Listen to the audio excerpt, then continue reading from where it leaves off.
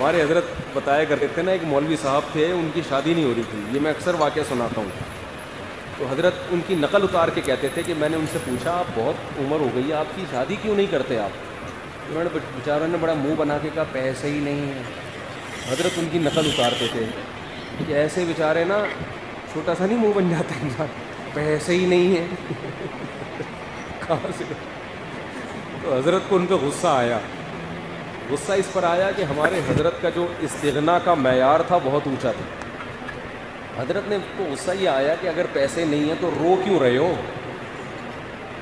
کوئی اور بہانہ کر دو. حضرت کو نا یہ جملہ لوگوں کے منہ سے اچھا ہی نہیں لگتا تھا کہ پیسے نہیں ہیں، اس میں ناشکری جھلکتی ہے. بولو بہت ہے، کھا رہے ہیں پی رہے ہیں، اللہ کا شکر ہے، رات کو سو جاتے ہیں. بھائی پھر جب اتنا کھا پی رہے ہو تو رشتہ کیوں نہیں مل رہا؟ بب مقدر میں نہیں لکھا ہوا بھائی، نہیں مل رہا، کیا کریں؟ یہ کہنا چاہیے تھا. حضرت کی رائے یہ تھی.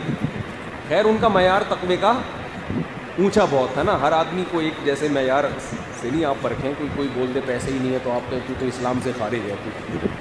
لیکن اصولی طور پر بات درست ہے، کبھی یہ نہ بولو کہ پیسے نہیں ہیں.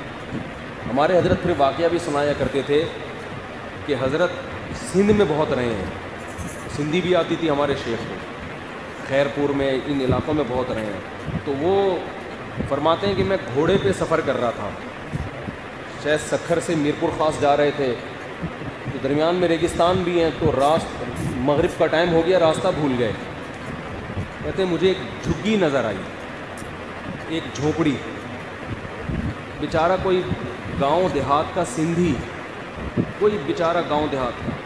کہتے ہیں میں نے کہا میں جا کے اس سے ریکویسٹ کرتا ہوں کہ یار کچھ مجھے رات گزارنے کا انتظام کرو. ریگستان تھا، بہت پرانی بات ہے، اس وقت زیادہ یہ موبائل سگنل وگنل کا تو تصور ہی نہیں تھا.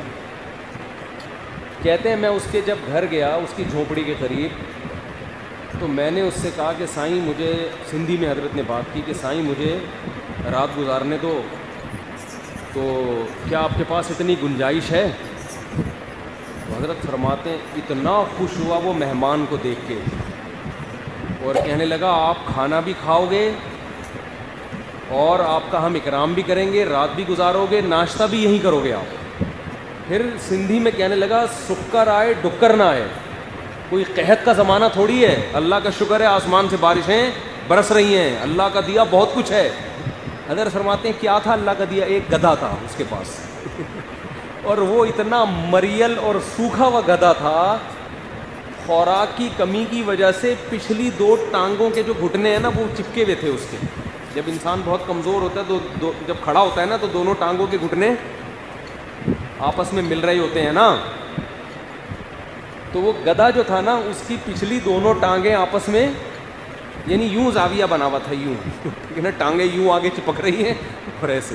اتنا مریل گدھا، کپڑے اس کے پھٹے پرانے، سونے کے لیے ٹوٹی پھوٹی چارپائی، اور اتنا خوش ہوا مہمان کو دیکھ کے اور کہہ رہے کوئی قحط کا زمانہ نہیں ہے، اللہ کا دیا بہت کچھ ہے. حضرت نے فرمایا کہ مجھے لگا دیکھو اللہ نے اس کو کیسا شکر گزار بنایا، اتنا خوش ہو رہا ہے اور کہہ رہا ہے تم نے یہ پوچھ کیسے لیا کہ رات گزارنے کی جگہ ہے یا نہیں ہے، کوئی قحط کا زمانہ تھوڑی ہے، رزق برس رہا ہے.